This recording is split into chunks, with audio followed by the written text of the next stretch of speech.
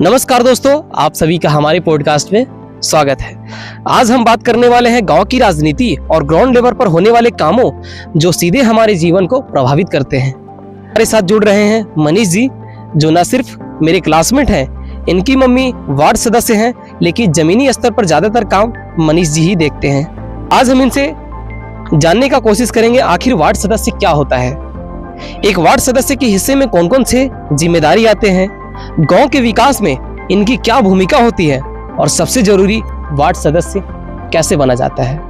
मनीष जी, आपका हमारे पॉडकास्ट में बहुत बहुत स्वागत है। बहुत बहुत धन्यवाद मनीष जी, आपका और आपके चैनल पे सभी दर्शकों को भी बहुत बहुत धन्यवाद है इस चैनल पे। तो मुझे ऐसा नहीं लगता था कि मुझ जैसे व्यक्ति का भी कोई बहुत बड़ा महान पोस्ट तो नहीं है ये, लेकिन अपने पॉडकास्ट में हमें इनवाइट किया, आपको बहुत बहुत धन्यवाद मनीष जी। परिचय दीजिए और थोड़ा अपने बारे में बताएं।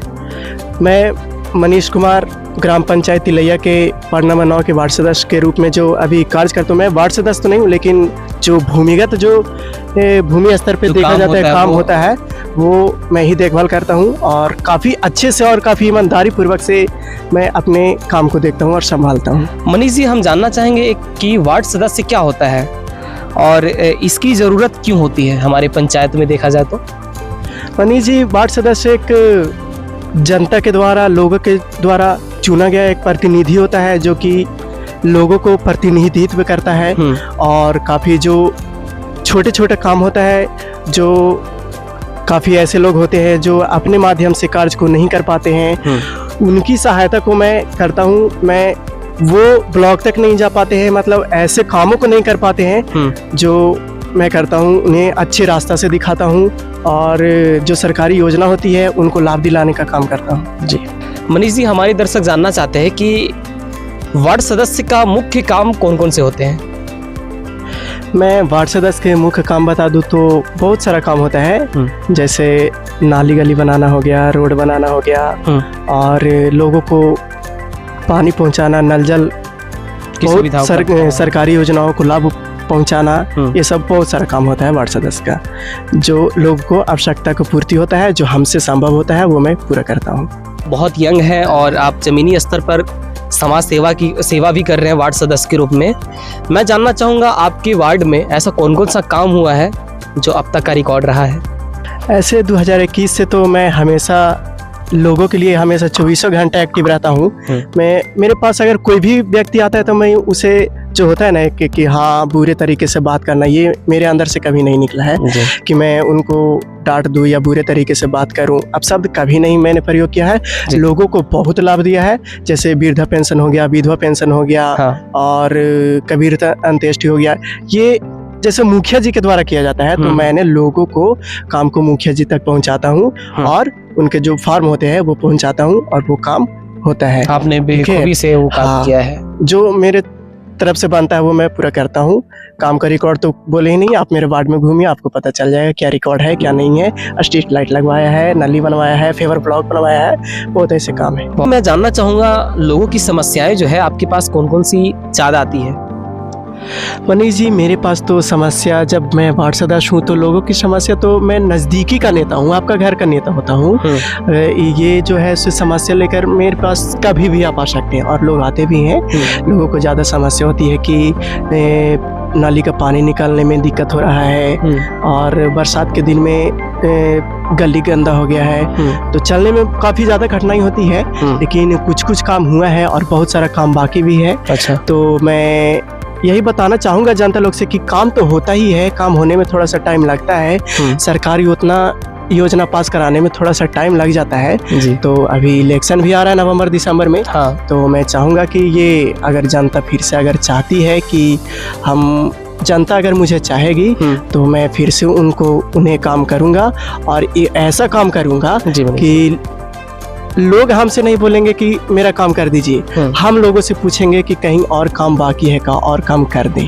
सरकारी योजनाओं को लोगों तक पहुंचाने में आपकी क्या भूमिका रहती है और इस तरह का काम कैसे किया जाता है, हमारे दर्शकों को बताएं। मनीष जी, सरकारी योजना तो बहुत सारा होता है और बहुत सारे लोगों को लाभ भी मिलता है इसका। तो सबसे पहले लोग, जैसे सरकारी, एक एग्जांपल दो, अगर आपको वृद्धा पेंशन बनाना है, 60 साल वाला बनाना है, तो सबसे पहले मैं उनको क्या क्या डॉक्यूमेंट्स लगता है ये डॉक्यूमेंट्स बता देता हूँ। फिर लोग फार्म भरते हैं, फार्म नहीं भर पाते हैं, फार्म लोग मेरे पास लेकर आते हैं, मैं फार्म भी भर देता हूँ बहुत अच्छे तरीके से, किसी भी तरह का कठिनाई नहीं होती है।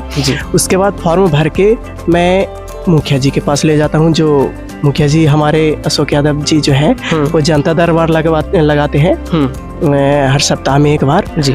तो फॉर्म को ले जाता हूँ और वहीं से मुखिया जी के द्वारा भी देखा जाता है। वो फॉर्म ले जाकर जो हमारे कार्यपालक सहायक होते हैं वो उनके पास में सबमिट करता हूँ। वो अपने तरीके से और अच्छे तरीके से तिलैया पंचायत का भी ऐसे भी इमेज जो बनाया गया है वो मुखिया जी के बहुत अच्छा बनाया गया है। पहले के अपेक्षा अब बहुत अच्छा बनाया गया है इमेज।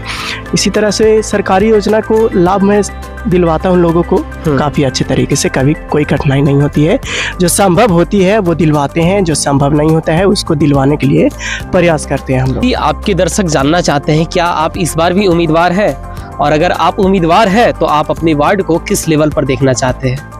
मनीष जी, ये तो आपने बहुत बढ़िया सवाल पूछा है कि अगले बार भी आप उम्मीदवार हैं। अगर उम्मीदवार रहें, और कोशिश करूंगा कि उम्मीदवार भी रहूं जी, अगर उम्मीदवार रह गए तो लोगों को अच्छा काम करूंगा। और मैं ये चैलेंज देता हूँ आप सभी जनता से कि अगर मैं इस बार उम्मीदवार रहा और अगर आप चाहें तो मैं बन भी गया वार्ड सदस्य, तो मैं ये चैलेंज देता हूँ कि आपका वार्ड नेपाल और जापान से ज़्यादा डेवलप नजर आएगा। क्या बात बोला है मनीष जी आपने।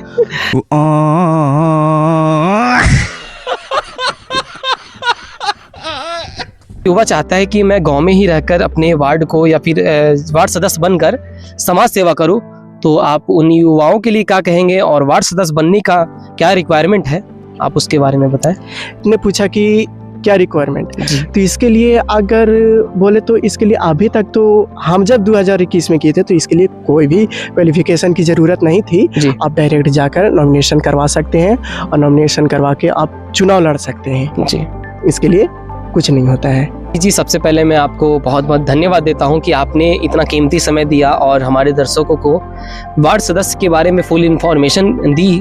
बहुत धन्यवाद मनीष जी आपको भी कि आपने मुझ जैसे लोगों को पॉडकास्ट किया। हमने मनीष जी से जाना कि वार्ड सदस्य क्या होता है, उनके काम क्या क्या होते हैं और गाँव के विकास में इनकी कितनी अहम भूमिका होती है। उम्मीद है आपको ये पॉडकास्ट बहुत पसंद आई होगी, कुछ नया सीखने को मिला होगा। अगर आपको यह पॉडकास्ट बहुत अच्छा लगा तो एक शेयर जरूर करें और हमारे चैनल को सपोर्ट करें। बहुत बहुत धन्यवाद।